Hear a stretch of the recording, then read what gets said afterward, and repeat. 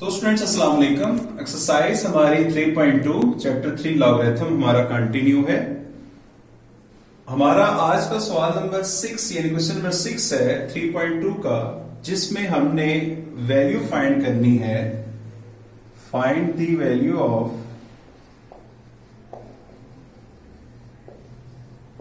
Of x. अब students यहां पे x हमारे पास लॉगरिथम के अंदर यूज हो रहा है और यहां पे लॉगरिथम की जो है वो बेस भी मौजूद है और लॉगरिथम की वैल्यू भी मौजूद है और इक्वल इसके सामने भी एक वैल्यू मौजूद है। अब हम इनमें से लॉगरिथम को एक्सपोनेंशियल फॉर्म इसकी बनाएंगे और फिर लॉगरिथम फॉर्म से एक्सपोनेंशियल में जाएंगे। अब स्टूडेंट्स एक चीज सबसे पहले जो क्लियर करनी है वो ये है कि हमारे पास जब भी कोई नंबर होता है, लेट्स सपोज x की पावर अगर 3 हो विच इज इक्वल्स टू 5, एक सपोज है हमारे पास। अब अगर हम इसके ऊपर लॉग अप्लाई करें दोनों साइड पर, log x power 3 is equals to log of 5।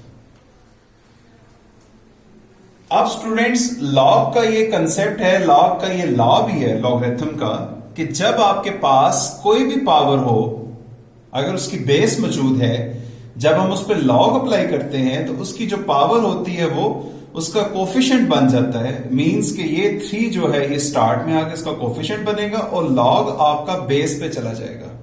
3 log x लिखेंगे is equals to log of 5 जो अपनी जगह मौजूद है।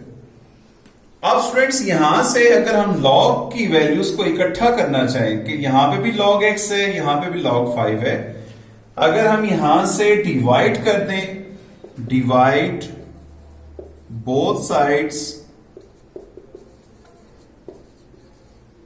Bye log of x,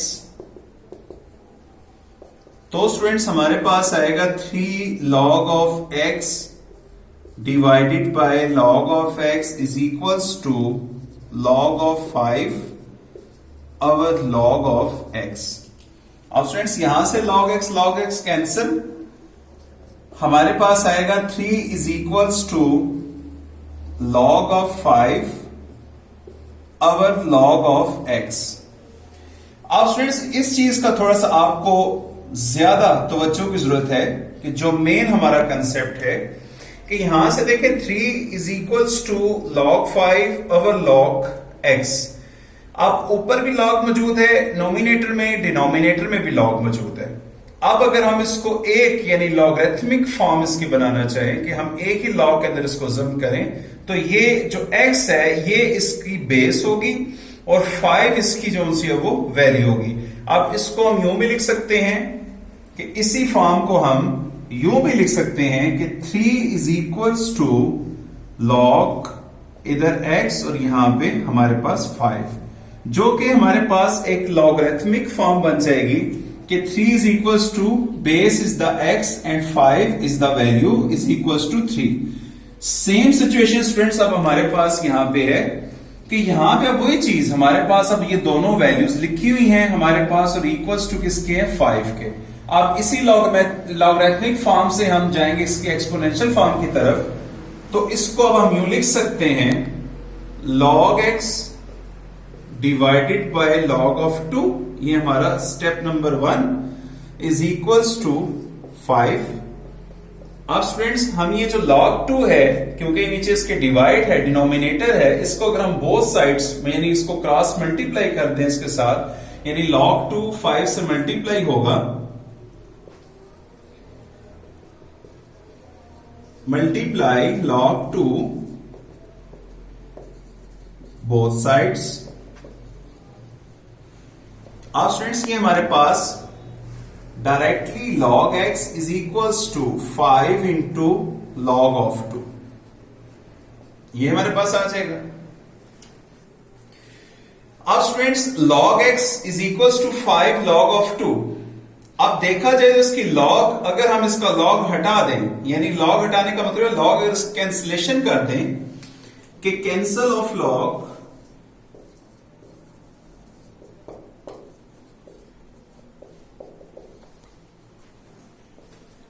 both sides, then x is equals to, अब स्टूडेंट्स देखिए जब log हम इसका हटाएंगे 5 इसका कोफिशिएंट बना हुआ, जो मैंने एट द स्टार्ट एक चीज आपको एक्सप्लेन की थी कि जब log हट जाएगा इसका तो 5 चला जाएगा 2 की पावर बन जाएगा, यानी आपके पास x इक्वल आ जाएगा 2 की पावर 5। तो स्टूडेंट्स हमारे पास x की वैल्यू बन जाएगी 2 को हम 5 टाइम्स मल्टीप्लाई कर देंगे, तो इसको अगर हम मल्टीप्लाई करें तो ये हमारे पास आंसर आता है 32। तो हमारे पास x की वैल्यू आ जाएगी 32, जो कि हमने इसकी वैल्यू फाइंड कर ली पार्ट नंबर 1 में, कि हमने इसकी एक्सप्लेनेशन में ये चीज कही, क्योंकि हमारे पास लॉगरिथमिक फॉर्म है, इसकी लॉगरिथमिक फॉर्म है, हमने सबसे पहले उसको एक्सपोनेंशियल में कन्वर्ट करके हमने उसकी एक्सपोनेंशियल फॉर्म बनाई, बना के हमने उसकी वैल्यू फाइंड आउट की। ये हमारे पास x की वैल्यू फाइंड आउट होगी। अब हम देखते हैं इसका next part.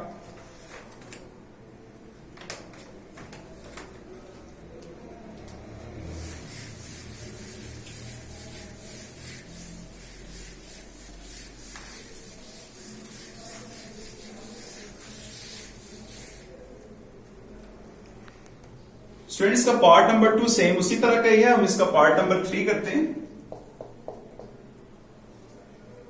log 64 is the base, value is 8 is equals to x by 2। अब स्टूडेंट्स यहां पे वही चीज हमारे पास है कि हम पहले इसकी सेपरेट करेंगे values. log 8 our log 64 is equals to x by 2,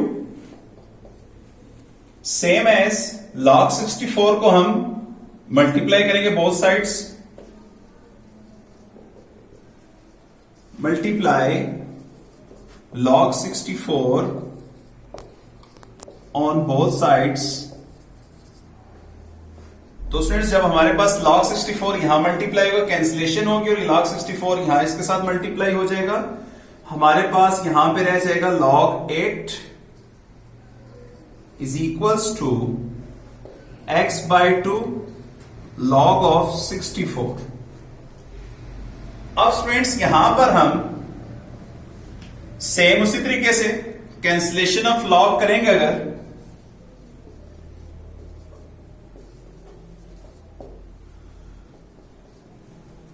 तो हमारे पास वैल्यू बनेगी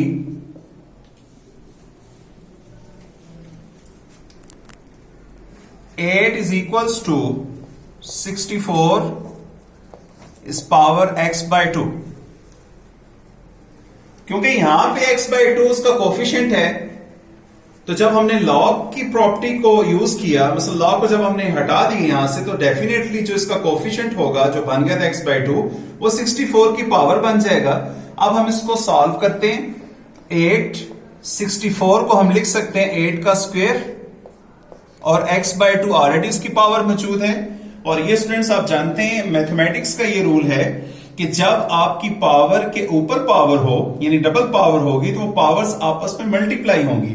अब जब हम इसको मल्टीप्लाई करेंगे तो 8 is equals to 2 is multiply by x by 2, 2 से कैंसिल, 8 इज इक्वल्स टू 8 की पावर x। अब स्टूडेंट्स हमारा आंसर बिल्कुल करीब है, हमारे पास रिजल्ट आया है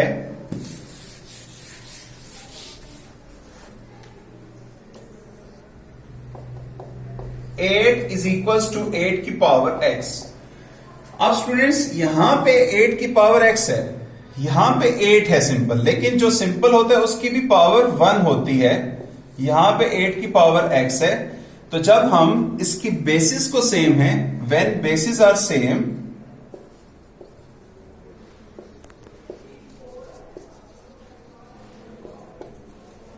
देन